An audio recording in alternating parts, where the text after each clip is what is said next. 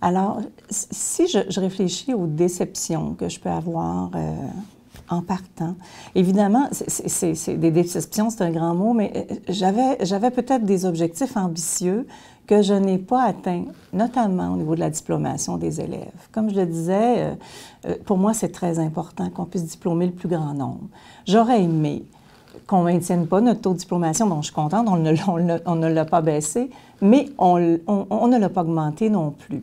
Je suis consciente aussi qu'on est présentement sur un territoire où il y a le tiers des emplois qui ne nécessitent pas de diplôme. Alors évidemment, nos jeunes sont portés à aller dans des organisations de services et ça n'encourage pas la diplomation. Mais écoutez, je pense que les gens, les écoles, les partenaires font de grands efforts. Il va falloir continuer à faire des efforts pour augmenter la diplomation parce que si on veut donner un avenir meilleur à nos jeunes, il faut absolument qu'on leur permette d'aller chercher un diplôme parce que le jeune peut travailler, mais si l'entreprise ferme dans 2 ans, il se retrouve avec rien. Donc, il faut absolument qu'on continue de travailler. Mais moi, j'aurais aimé, par exemple, qu'on ait 10 % de diplomation de plus. Mais ce n'est pas le cas. Une autre déception, c'est les changements de cap de nos gouvernements. Évidemment, une commission scolaire, quand on travaille au sein d'une commission scolaire, on relève d'un ministère, on relève d'un gouvernement, on est une organisation publique. Et quand il y a des changements de gouvernement, il y a des changements de cap sur des dossiers qui sont stratégiques. Je pense, par exemple, les tableaux numériques interactifs. On sait qu'à l'époque du gouvernement libéral, on avait instaurer un plan de 5 ans pour que chacune de nos classes soit munie d'un tableau numérique interactif. On sait que nos jeunes sont à l'ère numérique, donc ces tableaux-là répondent aux besoins de nos jeunes. On a un changement de gouvernement, on décide qu'on arrête tout et qu'on va faire un bilan évaluatif sur un certain nombre d'années. C'est démotivant parce que on prépare nos personnels, on forme notre personnel, on les motive, on les mobilise à utiliser de nouveaux outils et 2 ans après, c'est fini, il faut passer à autre chose.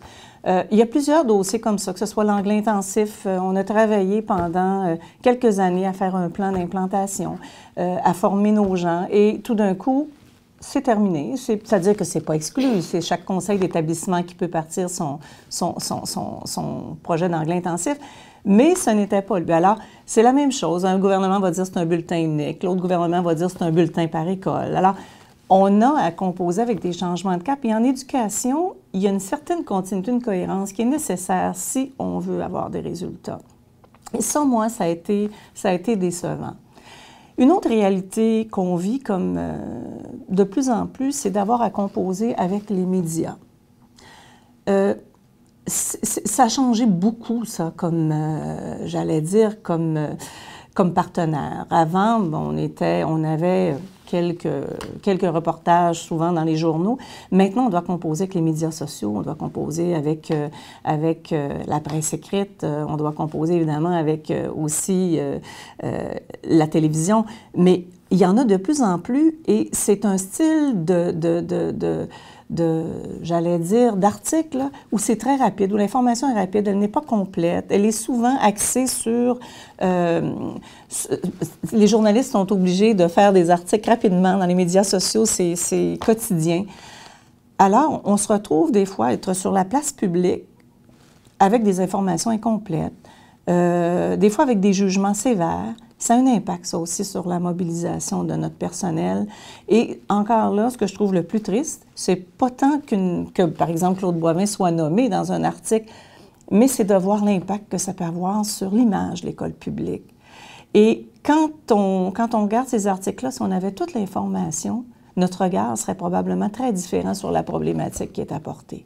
Ça, moi, ça me dérange.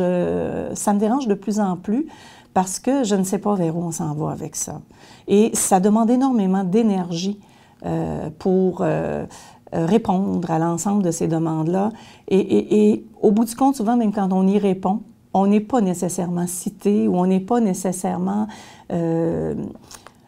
Quand je dis cité, je veux faire attention, c'est pas parce qu'on veut être cité, mais on n'est pas nécessairement considéré ou le dossier n'est pas complet quant à l'ensemble des aspects à traiter. Et ça, moi, je trouve ça dommage. Comme je dis, je trouve ça dommage parce que ça touche l'image de l'école publique. Et l'école publique, pour moi, j'y crois beaucoup. Hein. Je suis une inconditionnelle de l'école publique.